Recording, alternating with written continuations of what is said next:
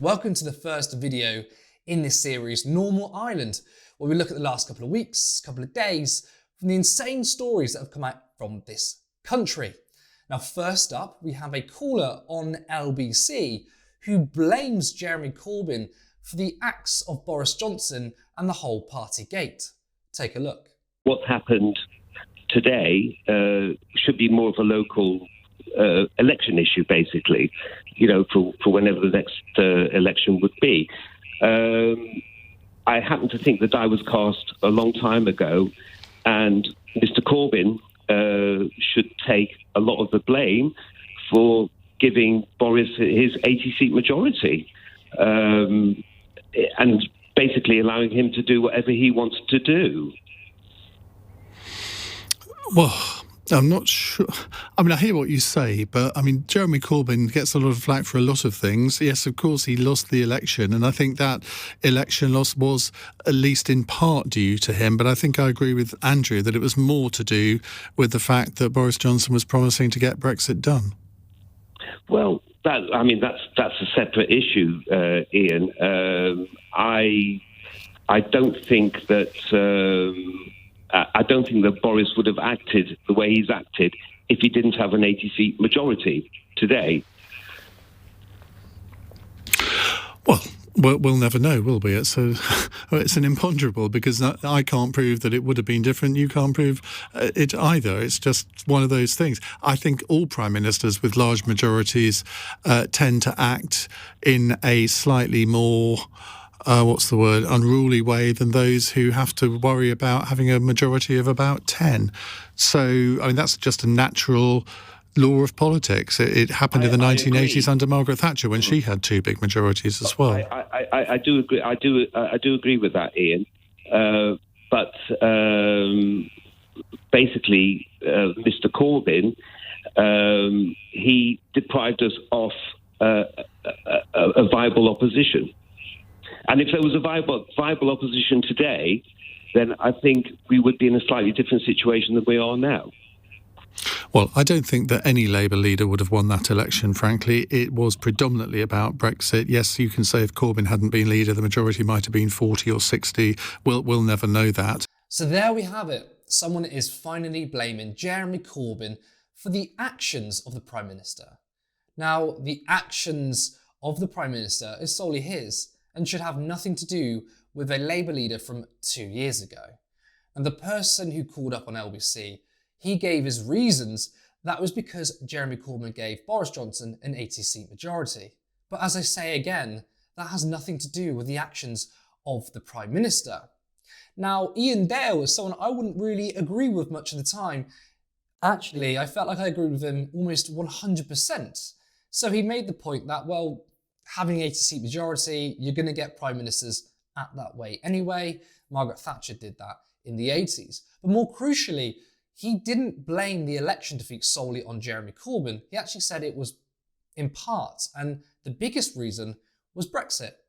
Now, that is absolutely spot on. You have northern seats going to the Tories, Labour losing the northern heartlands. It was clearly because Boris Johnson promised Brexit. Yet we still have people 2 years later trying to blame everything on Corbyn. Now, the IPCC has declared we have 3 years to avoid a climate catastrophe. We have a clip from GMB where a climate activist went on and said we need to move away from oil to a more sustainable energy system. But just look at the reaction from Richard Madeley. If any of you have read the latest IPCC reports that have come out this year, what they have said is that we are on the road for climate catastrophe. We are on the road for 3 degrees of warming. This will happen to my generation, to your children's generation, potentially to your grandchildren. And I think we have a moral responsibility to act now. You'd accept, wouldn't you, that it's a very complicated discussion to be had. It's a very complicated thing. And this Just Stop Oil slogan is very playgroundish, isn't it? It's very Vicky Pollard. It's quite childish. And the clothes that you're wearing, to some extent, owe their existence to oil because they were taken in a car or a truck or a van to a shop.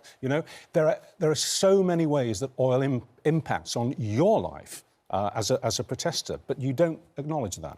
Now, the response from Richard Madeley is insulting at best, and I don't know why he brings up Vicky Pollard, because I don't know how caring about climate change is somehow chavtastic.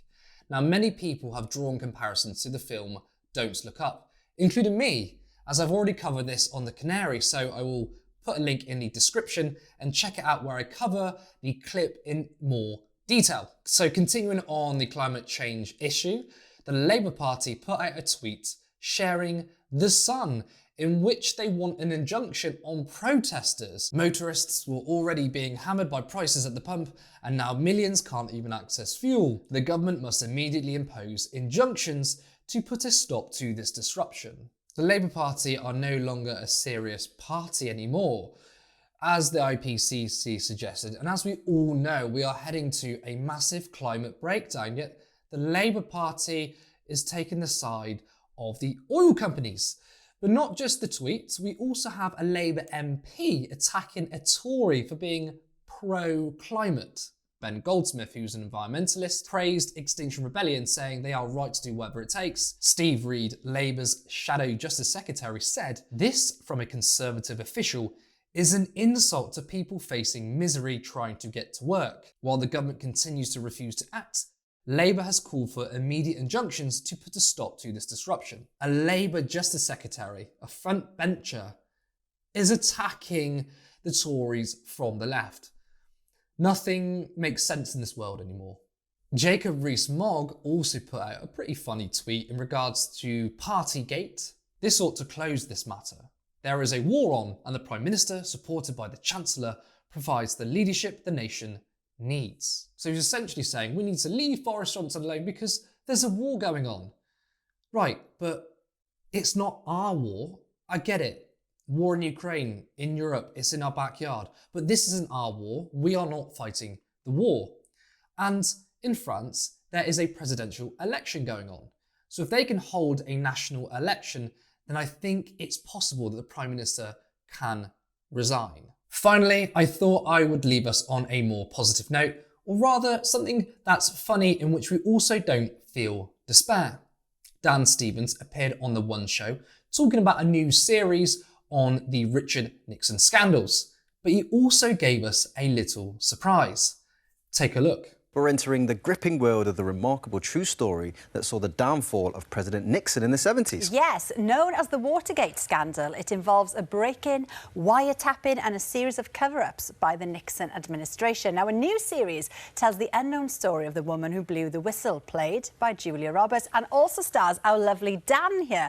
Now, this is an extraordinary story, Dan. It is. The series you're doing, what's the take then on it? Well, what you've got is a criminal for a leader who is wrapped in a messy war, embroiled in a stupid scandal and surrounded by ambitious idiots, and really should resign. And no, I'm sorry, that's the intro to Boris Johnson. I've just said the intro to Boris Johnson. I'm so sorry.